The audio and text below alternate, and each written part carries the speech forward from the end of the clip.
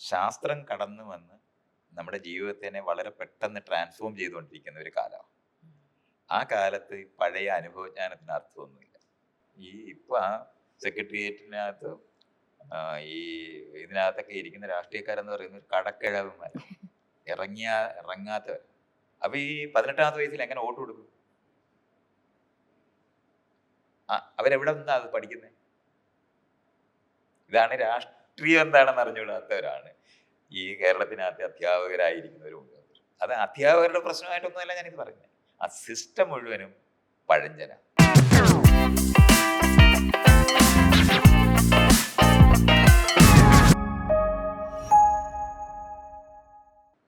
നമസ്കാരം. ഡീറ്റെയിലിലേക്ക് സ്വാഗതം.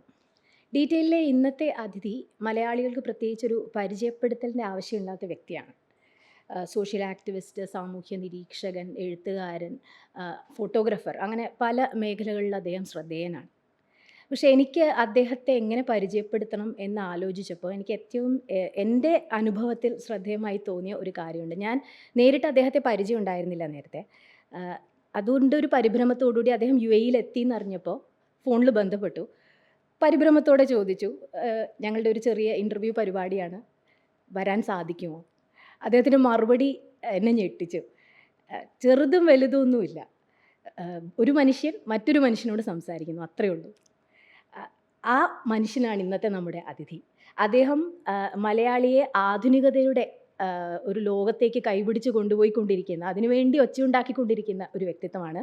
അതുപോലെ തന്നെ മലയാളിയെ ലിവിങ് ടുഗെദർ എന്ന സങ്കല്പമായിരുന്നു പണ്ടത്, അത് ജീവിച്ച് കാണിച്ചു തന്ന വ്യക്തി കൂടിയാണ് മൈത്രേയൻ. അദ്ദേഹമാണ് നമ്മുടെ അതിഥി. സ്വാഗതം. നമസ്കാരം. US ട്രിപ്പിലായിരുന്നു, അമേരിക്കൻ യാത്രയൊക്കെ കഴിഞ്ഞ് UAE എത്തിയിരിക്കുകയാണ്. ഈ ഒരു കാലയളവിൽ 2024 തുടക്കത്തിലാണ് താങ്കൾ അമേരിക്കയ്ക്ക് പോയതല്ലേ? അപ്പോൾ ഈ ഒരു കാലയളവിൽ ഒരുപാട് കാര്യങ്ങൾ താങ്കളുടെ ജീവിതത്തിലും നമ്മുടെയൊക്കെ ജീവിതത്തിലും സംഭവിച്ചു. ഇന്ത്യക്കാരെന്നുള്ള നിലയ്ക്ക് ഇന്ത്യ ഒരു ഇലക്ഷനെ നേരിട്ടു.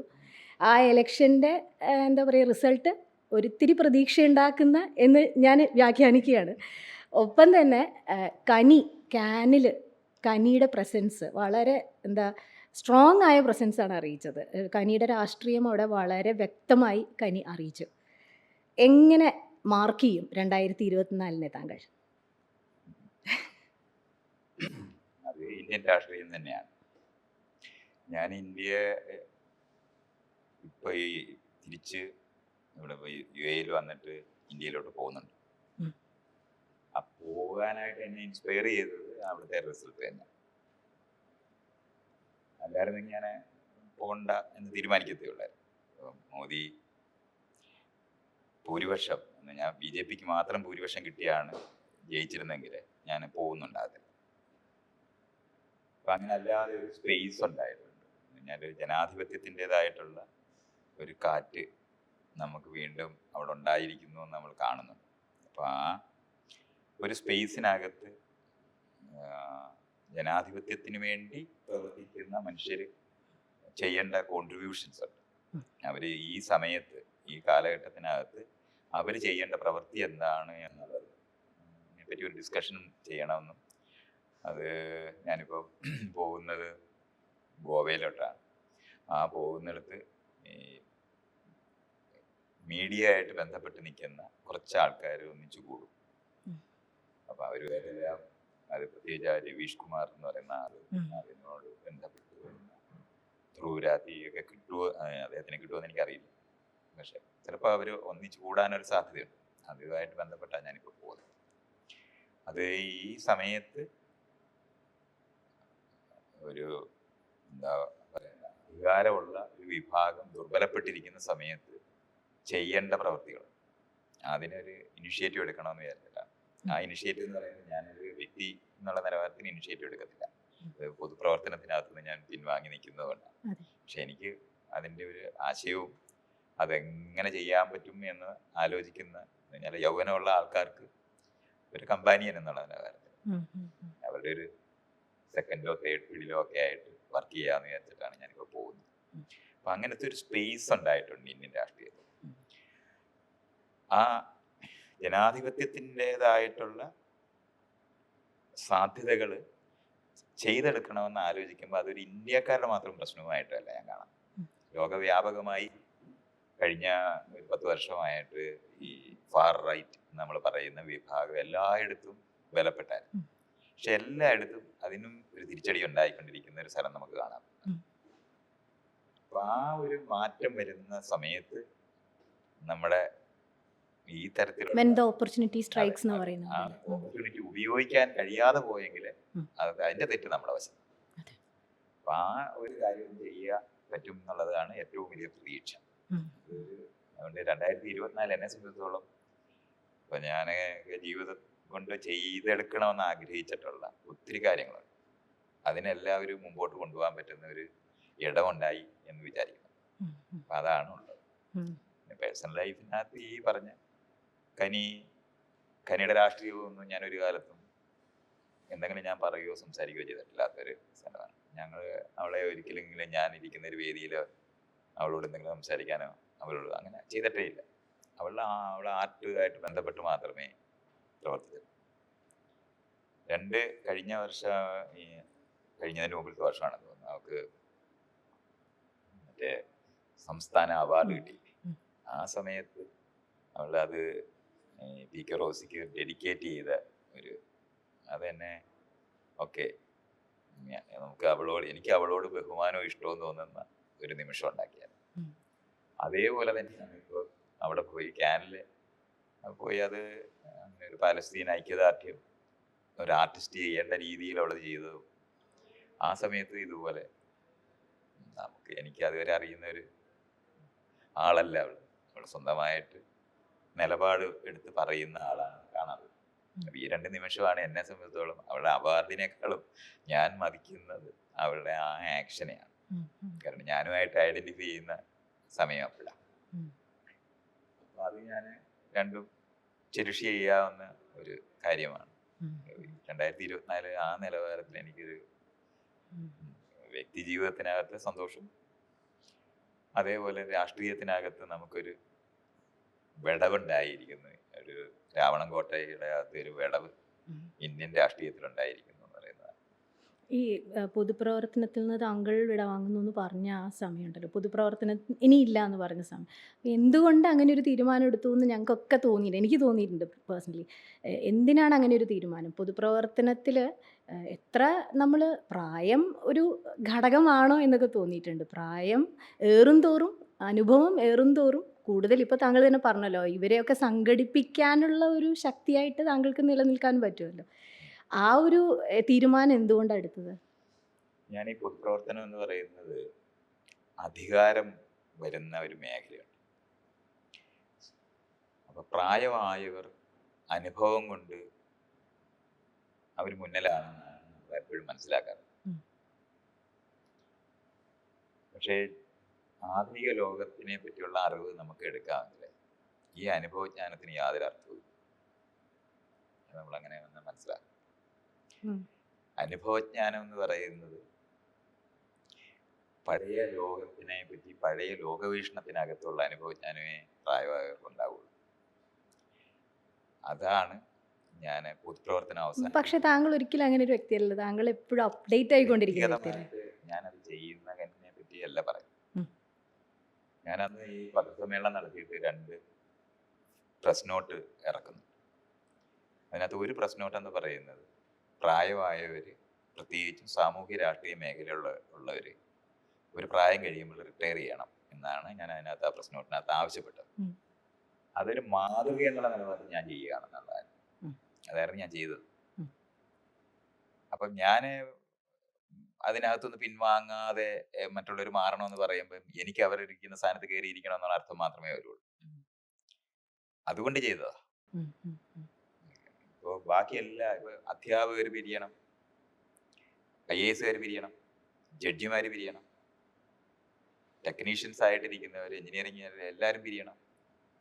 പക്ഷേ സാമൂഹ്യ രാഷ്ട്രീയ മേഖലയുള്ളവർ പിരിയണ്ട. എന്തുകൊണ്ടാ? ആ മെസ്സേജ് ശരിക്കും താങ്കൾ വിചാരിച്ചെടുത്ത് എത്തിയോ? പക്ഷേ അറിയില്ല, അത് എൻ്റെ പണിയല്ല. മാതൃക കാണിച്ചു കൊടുക്കുക മാത്രമേ എനിക്കതേ ചെയ്യാനൊക്കെ. അത് നമ്മൾ ചെയ്യുന്നില്ലെങ്കിൽ അത് പറയാനൊക്കത്തില്ല. അപ്പൊ ആ ആളുകള് അവർ പിരിയാതിരിക്കുന്നത് അവരെ പിരിച്ചുവിടാനാരും ഇല്ലാത്തത്. ഉം. സാമൂഹ്യ രാഷ്ട്രീയ മേഖലയിൽ പ്രവർത്തിക്കുന്നവരുടെ മുകളിൽ ആധിപത്യമുള്ള ആരുമില്ല എന്നുള്ളത് കൊണ്ടാണല്ലോ അവർ തുടരുന്നത്. ഉം. അവർ ബാക്കിയുള്ളവർ മുഴുവൻ പിരിച്ചുവിടുന്നുണ്ട്. ഉം. ഉം. അപ്പൊ പ്രായം കൊണ്ട് ഒരു ജഡ്ജിയുടെ അനുഭവജ്ഞാനത്തിനെ പറ്റി എന്താ നിങ്ങൾ സംസാരിക്കാത്തത്? ഒരു അധ്യാപകന്റെ അനുഭവജ്ഞാനത്തിനെ പറ്റി എന്താ പറയാ? ഇവരെല്ലാരും പിരിയുന്നു. സർവീസിൽ നിന്ന് പിരിയുന്നു, പക്ഷെ സർവീസിൽ നിന്ന് പിരിയുന്നു എന്ന് പറയുന്നതാണ്. അവരെന്തിനാണ് സർവീസിൽ നിന്ന് പിരിയുന്നതെന്ന് ചോദിച്ചു ഞാൻ ഉത്തരം പറഞ്ഞു. പൊതുപ്രവർത്തനം ഒരു സർവീസായിട്ട് നമ്മൾ കാണാത്തോണ്ടായിരിക്കും അല്ലേ അതൊരു. അല്ല, അവരെ പിരിച്ചുവിടാൻ ആരും ഇല്ല എന്നുള്ളതുകൊണ്ടാണ്. ഇവരെ പിരിച്ചുവിടുന്ന ആരാണ്? ഈ സാമൂഹ്യ രാഷ്ട്രീയ മേഖലയിലുള്ള ആൾക്കാരാണ്. അതുകൊണ്ടാണ് ഞാനത് പറഞ്ഞത്. അധികാരമുള്ളവര് മറ്റുള്ളവരെ ഇതിന് യോഗ്യതയില്ലാതായി എന്ന് കണ്ടെത്തുന്ന വളരെ ഒരു എന്ന് പറഞ്ഞാൽ ഇപ്പൊ 50 വയസ്സിൽ പിരിയണോ 60 വയസ്സിൽ പിരിയണോ എന്നുള്ള ചർച്ചയുള്ളല്ലോ. പിരിയണം എന്നുള്ള കാര്യത്തിൽ സംശയമൊന്നും ഇല്ല എല്ലാവർക്കും. അപ്പൊ പിന്നെ ഈ സാമൂഹ്യ രാഷ്ട്രീയ മേഖലയുള്ളവർ പിരിയണ്ട എന്ന് തീരുമാനിക്കുന്നത് എന്തുകൊണ്ട? അങ്ങനെ പിരിയണ്ടെന്ന് ആരും വിചാരിച്ചിട്ടൊന്നുമില്ല. കടക്കിഴവന്മാരാണ് ഈ ഇപ്പൊ സെക്രട്ടേറിയറ്റിനകത്ത് ഈ ഇതിനകത്തൊക്കെ ഇരിക്കുന്ന രാഷ്ട്രീയക്കാരെന്ന് പറയുന്നത് കടക്കിഴവന്മാരാണ്. ഇറങ്ങാത്തവർ. വെറുതെ ഒന്ന് നോക്കിയാൽ മതി. ജീവൻ തുടരുന്നത് പുതിയ തലമുറയിലൂടെ. അനുഭവജ്ഞാനമാണ് എടുക്കുന്നതെന്നുണ്ടെങ്കിൽ കുട്ടികളെ അപ്പനും അമ്മായിമ്മ അയ്യപ്പം അവരൊക്കെ അല്ലേ ഉണ്ടാക്കണ്ടേ? കല്യാണം കഴിപ്പിക്കുന്നവരല്ലേ ഉണ്ടാക്കണ്ടേ? അതെന്താ ഉണ്ടാക്കാത്തത്? അപ്പൊ നിങ്ങൾക്ക് കാണാമല്ലോ അത് അങ്ങനെയല്ല. അപ്പൊ നമ്മൾ മനസ്സിലാക്കാനുള്ളത് പുതിയ തലമുറയിലൂടെ തന്നെയാണ് അതുണ്ടാകുന്നത്. അനുഭവജ്ഞാനം എന്ന് പറയുന്നതിന് പണ്ട് കാലത്ത് അർത്ഥം ഉണ്ടായിരുന്നത് ജീവിതം വലിയതായിട്ട് മാറാത്തപ്പോഴായിരുന്നു. ഇപ്പൊ ഹണ്ടർ ഗാദറേഴ്സ് എന്ന് നമ്മൾ പറയുന്ന ട്രൈബലായിട്ട് ആൾക്കാർ ജീവിക്കുന്ന സമയത്ത് പുതിയ അറിവുകൾ എന്താ ഉള്ളത്? വളരെ കുറച്ചേ ഉള്ളൂ. എന്ന് പറഞ്ഞാൽ ഒരു വെട്ടുകത്തി ഉണ്ടാക്കിയതിൻ്റെയോ ഒരു കുന്തം ഉണ്ടാക്കിയതിനെ പറ്റിയോ ഒക്കെ ഉള്ളത് അറിവേ ഉള്ളൂ. അത് കഴിഞ്ഞ് കൃഷിയാണ് നമ്മൾ കണ്ടത്. വേണ്ട ഒരു 10,000 വർഷമായിട്ട് ഒരുപോലെ കൃഷി ചെയ്തുകൊണ്ടിരുന്നവരാണ്. വെള്ളവും മണ്ണിനകത്ത് ഉള്ള കൃഷി മാത്രമായിരുന്നു. ആധുനിക കൃഷി എന്ന് നമ്മൾ ഇന്ന് പറയുന്ന കൃഷി ഇപ്പോഴത്തെ സാധാരണ കൃഷിക്കാർക്ക് ചെയ്യാൻ പറ്റും? അതിന് പറ്റത്തില്ല. അതിന് വേറെ അറിവ്. ഇതാണ് വ്യത്യാസം. അപ്പൊ ശാസ്ത്രം കടന്നു വന്ന് നമ്മുടെ ജീവിതത്തിനെ വളരെ പെട്ടെന്ന് ട്രാൻസ്ഫോം ചെയ്തുകൊണ്ടിരിക്കുന്ന ഒരു കാലമാണ്. ആ കാലത്ത് പഴയ അനുഭവജ്ഞാനത്തിന് അർത്ഥമൊന്നുമില്ല. ഞാൻ എഴുതിയൊരു പുസ്തകത്തിനകത്ത് ഞാനത് എളുപ്പം മനസ്സിലാക്കാവുന്നതാണ്. ഇപ്പൊ ഒരു തിരുവനന്തപുരം നഗരത്തിനകത്ത് കന്യാകുമാരിയിലേക്ക് കാളവണ്ടിയിൽ സാധനങ്ങൾ കൊണ്ടുപോയിക്കൊണ്ടിരിക്കുന്ന ഒരാളുടെ മകൻ ജീപ്പ് മേടിച്ചു കഴിഞ്ഞാല് ഈ അച്ഛന്റെ അനുഭവജ്ഞാനത്തിന് എന്താ വില? കാള അവിടെ കെട്ട, വെള്ളം അവിടെ ഉണ്ട്, അതിന് എന്താണ് തിന്നാൻ കൊടുക്കുന്ന വസ്തുക്കൾ, പുല്ല്, ഇതൊന്നും ഈ ഒരു അറിവിനും. റോഡിൽ കുണ്ടും കുഴി ഉണ്ടെന്ന് പറഞ്ഞു കൊടുക്കാൻ. റോഡില് കുണ്ടും കുഴി ഉണ്ടെന്ന് പറഞ്ഞിട്ട് ഒരു പ്രയോജനമില്ല. ആ കുണ്ടും കുഴിക്കകത്തോടെ അല്ല വണ്ടി ഓടിക്കണ്ട. നല്ല റോഡ് ഉണ്ടാക്കുന്നതാണ്. ഇൻഫ്രാസ്ട്രക്ചർ വേറെയാ, ഇന്റേണൽ കമ്പസ്റ്റൻ എൻജിൻ വേറെയാ, ഡ്രൈവിംഗ് വേറെയാ, പെട്രോൾ സ്റ്റേഷൻ വേറെയാ, സിസ്റ്റം മാറി. ഇതാണ് വ്യത്യാസം. അപ്പോൾ താങ്കൾ സ്വയം അപ്ഡേറ്റ് ചെയ്യാറില്ല എന്നാണോ? നമ്മൾ അപ്ഡേറ്റ് ചെയ്യുന്നത് കാറിലേക്ക് അപ്ഡേറ്റ് ചെയ്തിട്ടേ കാര്യമുള്ളൂ. അല്ലാതെ കാളവണ്ടിയെ പറ്റി ഇമ്പോസിബിൾ ആയ കാര്യമല്ലല്ലോ, താങ്കൾ ചെയ്തുകൊണ്ടിരിക്കുന്ന കാര്യമാണ്. അതുകൊണ്ടാണ് ഞാൻ പറഞ്ഞത് കാറിനകത്ത് പണിയെടുക്കുന്ന ആളിനോട് പറയാൻ ഒരു വരിയെ കാണുള്ളൂ. അത് നിന്റെ ക്ലയൻസിനോട് ഇച്ചിരി മര്യാദയ്ക്ക് പെരുമാറണം എന്ന് വേണമെങ്കിൽ പറയാം. അത്രയാണ് അനുഭവജ്ഞാനമുള്ളത്. വളരെ കുറച്ചേ ഉള്ളൂ. ഈ അനുഭവജ്ഞാനം ഭയങ്കര സംഭവമായിരുന്നു പണ്ട് കാലത്ത് പറഞ്ഞിരുന്നത്. പ്രായമായവർക്ക് ഉണ്ടായിരുന്ന ജീവിത ശൈലി തന്നെയാണ് മക്കളും തുടർന്നിരുന്നത്. അത് മാറിപ്പോയ കാലത്താണ് നമ്മൾ ഇരിക്കുന്നത് എന്നുള്ളതാണ് അറിയുന്നത്. നാരായണ ഗുരുവിനോട് നമുക്ക് ആർ വോട്ട് ചെയ്യണമെന്ന് ചോദിച്ചാൽ അദ്ദേഹത്തിന് എന്ത് പറയാൻ പറ്റും? വോട്ട് എന്താണെന്ന് ചോദിക്കത്തില്ലേ? കാരണം അദ്ദേഹം രാജാവിന്റെ കീഴിലാണ് ജീവിച്ചിരുന്നത്. അത് കാരണം കൊണ്ട് ഒരിക്കലും വോട്ട് എന്താണെന്ന് ആലോചിക്കേണ്ടി വരുന്നില്ല. അതാണ് വ്യത്യാസം. സിസ്റ്റം മാറി എന്നുള്ളതാണ് ഞാൻ ഈ പറയുന്നത്. അതുകൊണ്ട് ഈ അനുഭവജ്ഞാനം അത്ര വലിയതല്ല. ആ ഇരിക്കുന്ന ആൾക്കാർ കഴിഞ്ഞ നൂറ്റാണ്ടിലൊക്കെ ഉള്ള രാഷ്ട്രീയ പാർട്ടികളാണ് കേരളത്തിലുള്ളത്. അവരെല്ലാവരും മിലിറ്റന്റ് ആയിട്ടുള്ളതെന്ന് പറഞ്ഞാൽ ഈ രാജഭരണത്തിന് എതിരായിട്ട് സമരം ചെയ്തിട്ടാണ്, പുന്നപ്ര വയലാർ സമരമൊക്കെ ചെയ്തിട്ടൊക്കെ അല്ലയോ ആൾക്കാർ വന്നത്. ബ്രിട്ടീഷുകാർക്കെതിരെ സമരം ചെയ്തിട്ടല്ലേ വന്നത്. ഇതൊന്നും ജനാധിപത്യത്തിന്റെ മോഡലേ അല്ല. അവിടുത്തെ ഒരു രാഷ്ട്രീയ പാർട്ടിയും ജനാധിപത്യത്തിന്റെ യുക്തിക്കകത്ത് ഉണ്ടായിട്ടേ. ഉം. അപ്പൊ അതിനകത്തു നിന്നുള്ള അനുഭവജ്ഞാനം എന്ന് പറയുന്നത് കൊണ്ടാണ് അവർ വെട്ടുകത്തിയൊക്കെ ആയിട്ട് ഇപ്പോഴും നിൽക്കുന്നവരായിട്ട് മാറുന്നത്. അപ്പൊ നമ്മളിങ്ങനെ പറയത്തില്ലേ, മിലിറ്റൻസി, കേഡർ പാർട്ടി എന്നൊക്കെ പറയുന്നത് കേൾക്കുമ്പോൾ നമുക്ക് വളരെ ശരിയാണെന്നൊക്കെ തോന്നും. ഉം. ജനാധിപത്യത്തിന് ഇതൊന്നും ആവശ്യമേ ഇല്ല. സത്യം.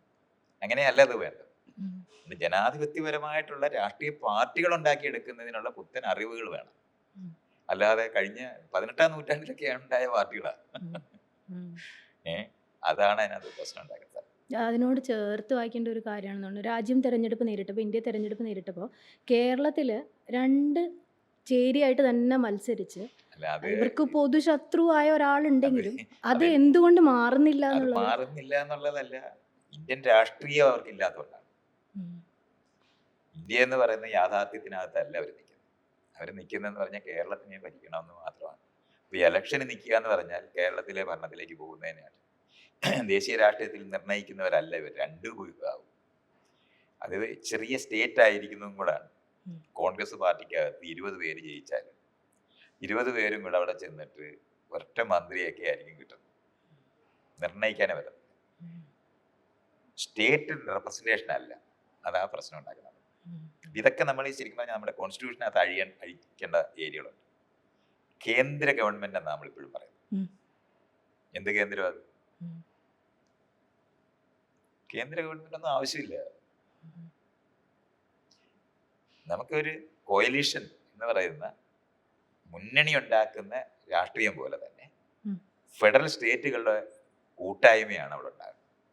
അതിനു പകരം സംസ്ഥാനങ്ങളെല്ലാം സാമന്ത രാജ്യം പോലെയാണ് കേന്ദ്ര ഗവൺമെന്റിന്റെ കീഴിൽ. ബ്രിട്ടീഷുകാർക്ക് പകരം ഭരിക്കുന്നവര്, അതുകൊണ്ട് ഭരണത്തിലാണ്.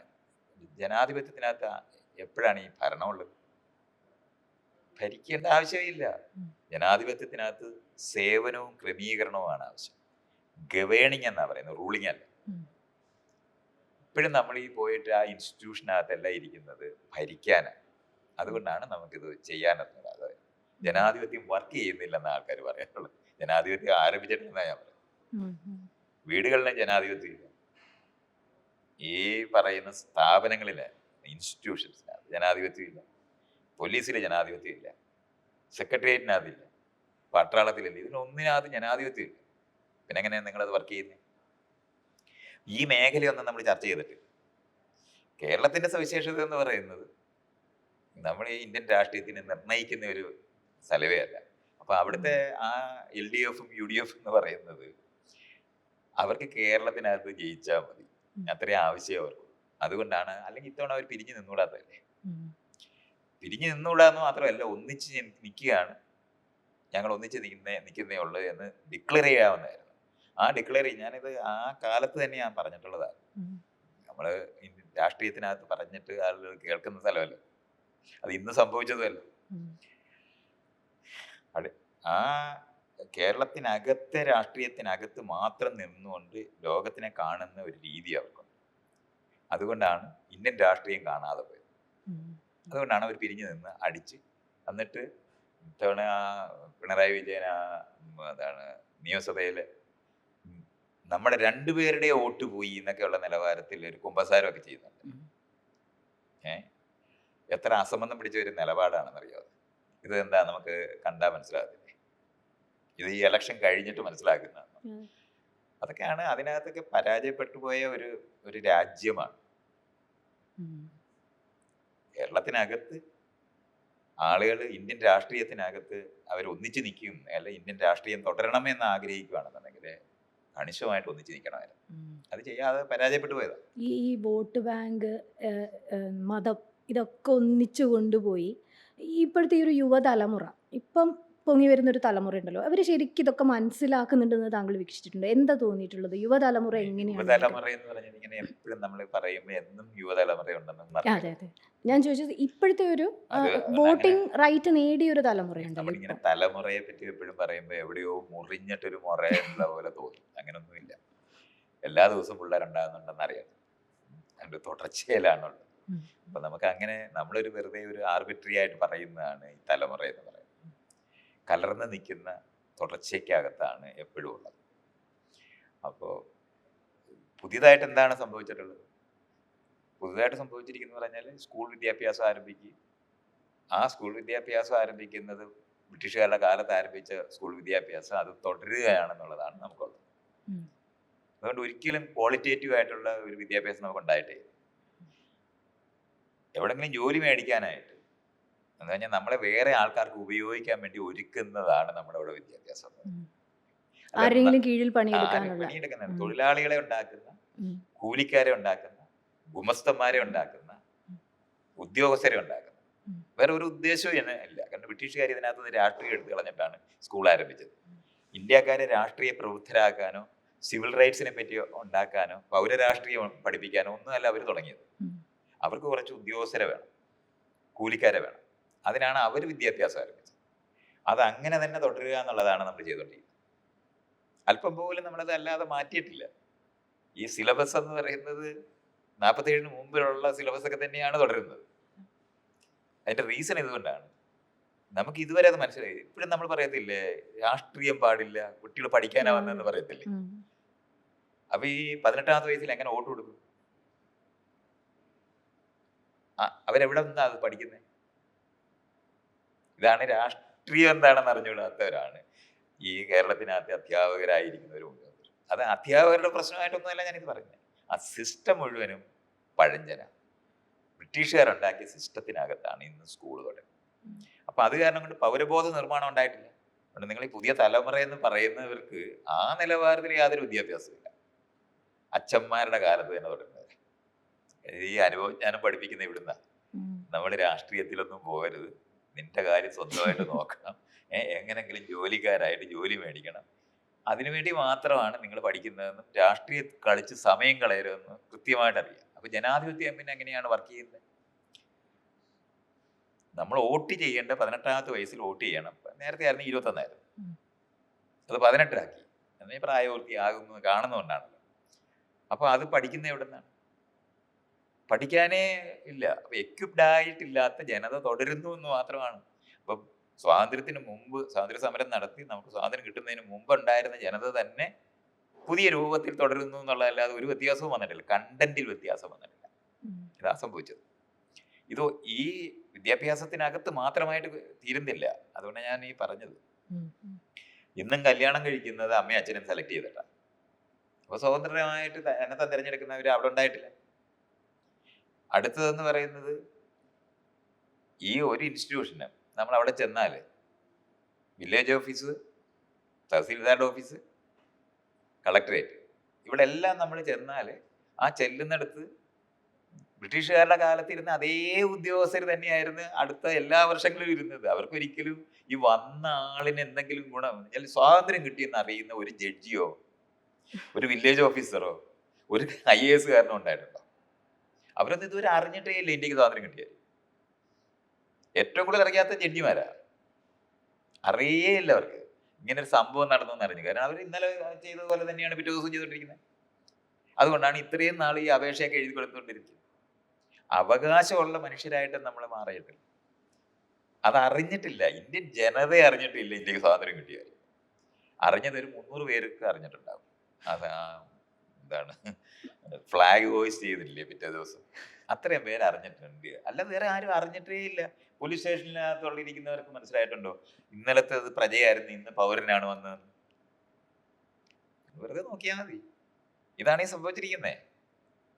ഇന്ത്യക്ക് സ്വാതന്ത്ര്യം കിട്ടിയ കാര്യം ഇന്ത്യക്കാരറിഞ്ഞിട്ടില്ല എന്നുള്ളതാണ് നമ്മുടെ പ്രശ്നം. അത് അറിയാനുള്ള ഒരു മെക്കാനിസവും ഇല്ല.